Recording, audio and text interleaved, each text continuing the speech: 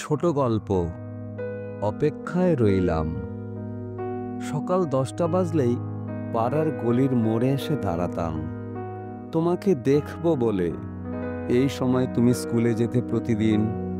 তারপর একদিন পূর্ণ হলো মনের বাসনা, তোমার সাথে আলাপ হলো। একদিন রাজিও হয়ে গেলে আমার সাথে একসাথে পথ চলতে। এক একদিন অফিসে কাজে মন বসতো না, কখন সন্ধ্যাবেলা তোমার সাথে দেখা হবে।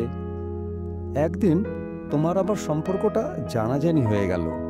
তোমার বাড়ি থেকে তোমাকে কড়া শাসনে বেঁধে ফেলল।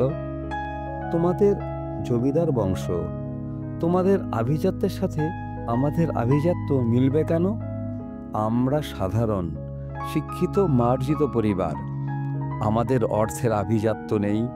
সরকারি চাকরিতে চলনসই মাইনে আমার, কিন্তু তুমি আমাকে খুব ভালোবাসো, আমিও তোমাকে খুব ভালোবাসি।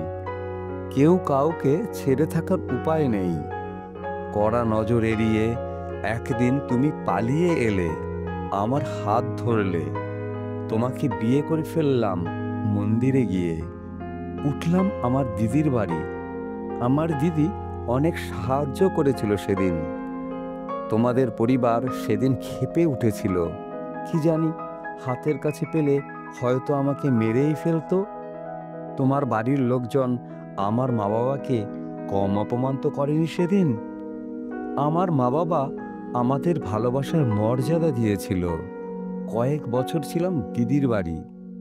তোমার বাড়ি থেকে তুমি সম্পূর্ণরূপে ত্যায্য হলে। তারপর পরিস্থিতি ঠান্ডা হলে একদিন পাড়ায় ফিরে এলাম, কিন্তু ভুল করেও তোমাদের পাড়ার দিকে যাইনি কোনোদিন। তোমাকে নিয়েই আনন্দে ছিলাম। তোমার বাবা মারা গেল, তোমাদের ফ্যামিলিতে লেগে গেল হাঙ্গামা, সম্পত্তি ভাগ নিয়ে। তোমারও ডাক এলো, জানি সই করতে হবে। আমি তোমাকে বাধা দিলাম, বললাম যেতে হবে না, কাগজ নিয়ে আসতে বলো, তুমি সই করে দাও। তুমি বললে সম্পত্তি পেলে নেব না কেন, আমার ভাগ আছে, বাবার সম্পত্তি। আমি বললাম আমার সম্পত্তির দরকার নেই। তুমি বললে ছেলে বিদেশে পড়তে গেলে অনেক টাকা লাগবে। আমি বললাম সে ক্ষমতা আমার আছে, আমি পারবো। তবু তুমি শুনলে না।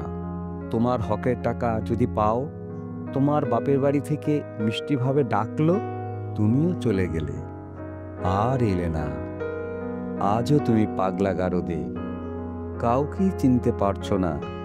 তোমার ছেলে বিদেশ থেকে ডিগ্রি নিয়ে ফিরেছে, তার জন্য আমাকে আর্থিক সাহায্য নিতে হয়নি কারোর। তোমার ছেলে তোমার জন্য কাঁদে। আজ তোমাকে আমরা দুজনে দেখতে গিয়েছিলাম। তোমার দাদারাও এসেছিল তোমাকে দেখতে। ওরা আমাদের সাথে কথা বলতে চাইছিল, আমরা কথা বলিনি। লোকে বলে তোমার ভাইয়েরা তোমাকে মেরে ফেলতে চেয়েছিল। ঔষধের পার্শ্ব প্রতিক্রিয়া তোমাকে পাগল করে দিয়েছে। তবে ওদের সাথে কথা বলবো কেন? তুমি ভালো হয়ে কবে ফিরবে, সেই অপেক্ষায় রইলাম।